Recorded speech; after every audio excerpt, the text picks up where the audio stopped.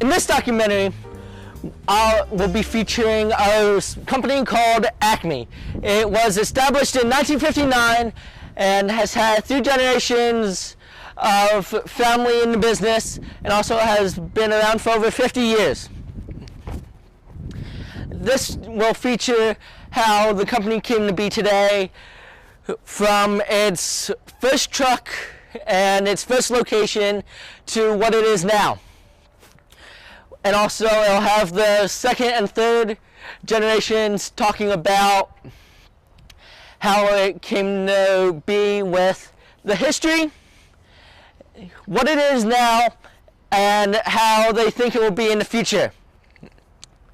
Also, I've had the fortune to interview an employee that's been with the company, all 3 of the family owners, and he'll be talking about how the company has grown over the years, and also how the different styles of ownership that all of the family owners have had. The first location was a laundry at Frankfurt and Duffield Street. We owned our own route, but we didn't own a laundry. So we would take the dirty, I would go on the route, pick out the dirty clothes, bring them back. That laundry would wash, dry, press our garments, and then they'd come to our place and we would sort them for delivery. There were 5 original employees. My father, his partner Norman Cohen, my father Les Eckstein, his partner Norman Cohen, owned the company. We had 3 employees, 2 girls in the plant and me as a driver. Then they hired a second driver. My father did most of the selling. Norman did some of the selling, but ran the sorting department. I had one of the routes. As we got bigger, we moved to a different laundry, and we operated out of there until the early 60s, because I remember when Craig was born in 1961, and at that time, my father left to go somewhere, to a hospital or something, and I was on a route that day. We were there, I guess, till sometime in the mid-60s, and we bought our own laundry at Clementine and Jasper Street in the Kensington section. We bought one building, which had a laundry and everything else that we needed in there. Back in those times, I was taking a route out, I would build a route, and then we would hire another driver. I still was on a route until the late 60s, when I became a 2% partner in the company. We then bought the building next door and we enlarged it. As we grew, we bought that next building, and we've now had 1900 and 1902 and 1910 Clementine Street. We then merged with a company called Mac Overall. At that time, I became a quarter partner. Mac was 125%, my father 25%, and Norman Cohen 25%. At that time, I moved up to be a sales manager, where I would go out and write business, and I didn't take a route out anymore. My father passed away in 1979, and there were then 3 partners. The company did not grow as much as I would have liked it to, because there was a lot of fuss between us. We had hired Vince Herman sometime in the 60s, and he did a fantastic job for us. He led me to a gentleman who was an accountant and helped me figure out how to buy my partners out. I bought them out in the mid-80s, and it became just, I was the sole owner. Their desire was to take as much money out of the company and maybe sell it. My desire was to grow the company. In 1980 or 81, we hired Craig, hired my son. As we were on Kensington Avenue in the 80s and the early 90s, I bought the building on Clementine Street in 1914, and then we needed more space, so I bought 2 houses on Clearfield Street, 1912 and 1914, and I built a stockroom also on 1912 Clearfield Street. The company grew nicely, but there was just no more room to grow. I couldn't buy some of the buildings I wanted to, so it was either sink or swim. So in the 90s, we decided to look for other projects to find a building that was big enough to house the company we had and the growth potential that we had. I began moving the company into its current location back in September of 2000. As of January 2001, the move was complete. The company that was here before left the plant vacant with the machinery intact. All I had to do was come in, dust everything off, and turn everything on, and we began operating. Currently, we have over 700 customers in the tri-state area. Back in the mid-90s, we were spotlighted in our trade magazine, The Industrial Launderer. My grandfather and his partner were spotlighted in the same magazine back in the early 60s. I would love to see this company grow. I think it has great potential. It's doing very well now, but it'll do much better in the future if my two grandsons would come into the business. One would be an outside man, one would be an inside man, and they'd both do a very good job at what they do because they're talented boys. Yeah, and I also see an opportunity for this company to move to a fourth generation. I moved this company in here 15 years ago with the anticipation of growing this business as large as we can, and I know my grandfather Lester would be very proud of that.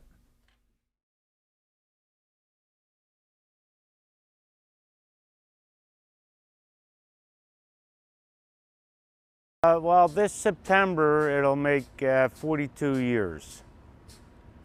I started in 1974. The company has changed ownership several times. Also location. We started out in Philadelphia. When I started, there were 4 owners. Les Eckstein, Norman Cohen, Mitch Schwartz, and also Murray Eckstein, Les's son. Ownership styles. Well, I knew Les for probably a couple years. He was a great guy, a stand-up guy, man-to-man kind of guy. Unfortunately, he passed away in the first couple years. Then I left 3 owners, and they were all pretty good people, easy to get along with. And then Murray Eckstein bought out the other 2 owners. At that point, me and Murray got along very well. Good guy. Used to do work for him at his home, other business that he owned. And then after we moved up into Bristol, his son Craig had taken over, and me and Craig get along very well. We've had our differences, but as far as getting along, it's not a problem. We get along very well. All right, thank you. That's it. Makeup. Oh. I'm going to talk about a little bit of how it came from one truck to the company that it is now. Started off with a panel truck, which I'll be showing later. But this is a step van, and for the longest time, these trucks served Acme. But now there's a new era of truck for the company. It's not really a new era of vehicle, but it's definitely a new era for Acme. And now its fleet of trucks have now completely changed to now fuel-efficient diesel trucks. This is a 1963 Chevy panel truck. It's the first generation of trucks that Acme ever had out on the streets. My great-grandfather drove one of these, and also so did some of his partners. Obviously, it doesn't serve routes anymore, but more of our show car and not serving routes. The truck that's behind Jim, the person being interviewed, is the second generation of Acme vehicles that more of my father started off with. But enough of that. right now we're here to talk about this. This has been restored and modified. It's been modified with things from the engine to more cosmetic things like the bumper and the inside being upholstered, because the original trucks didn't have the inside upholstered or the bumper chrome.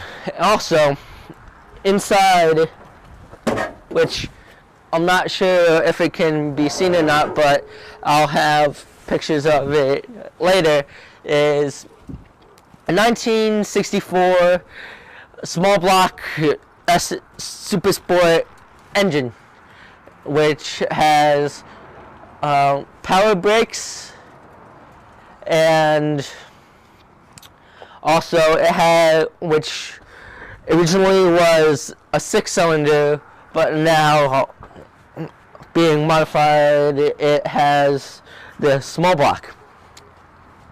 Also, originally these trucks had a manual 3-on-the-tree manual transmission. That's been replaced with on-the-floor automatic.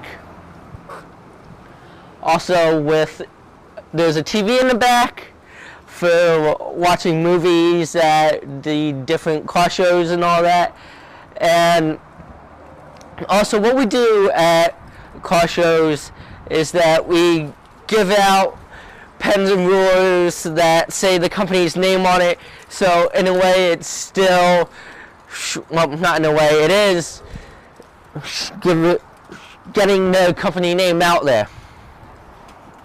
This particular truck's been to multiple shows, Merchantville, Medford. It's also made an appearance over at the Valenzano Winery when they had show cars there, and also back to some of the modifications that this has. It also has the chrome tires, Acme Uniforms for Industry, well, license plate tag. Not really a modification, but still something interesting. And yes, I'm glad that we have this truck. It's a lot of fun to have, and it's just a unique thing to have and bring to car shows and different events, and showing the history in a way of some of the trucks. As I mentioned earlier, this truck goes on trade shows and car shows. Other modifications that I forgot to mention were the dual exhaust, and also, it's not really a modification, but it's more of an update, that this truck has the up-to-date phone number on it. And, well, now I'm going to open it.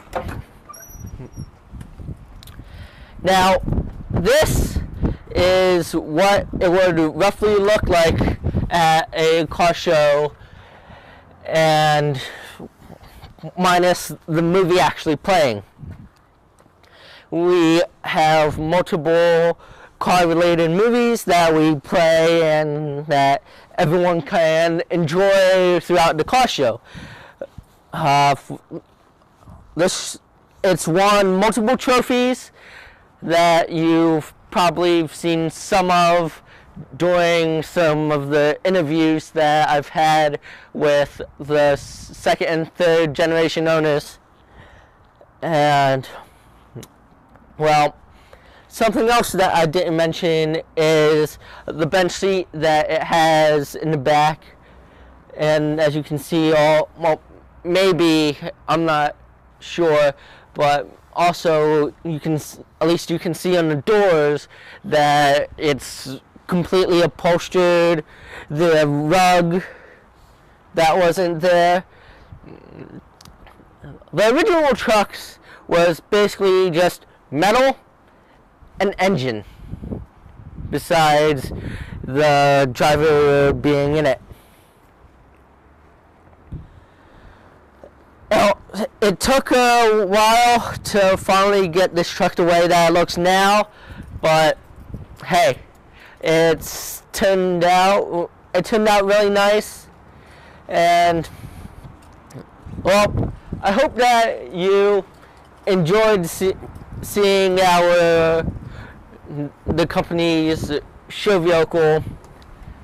I know that I definitely enjoy it, and also, heck, if you happen to come by a car show, make sure to come by. It's the blue truck with, well, the old company name, of course, of Acme Uniforms Rental Service. And here is the current generation and era of Acme trucks.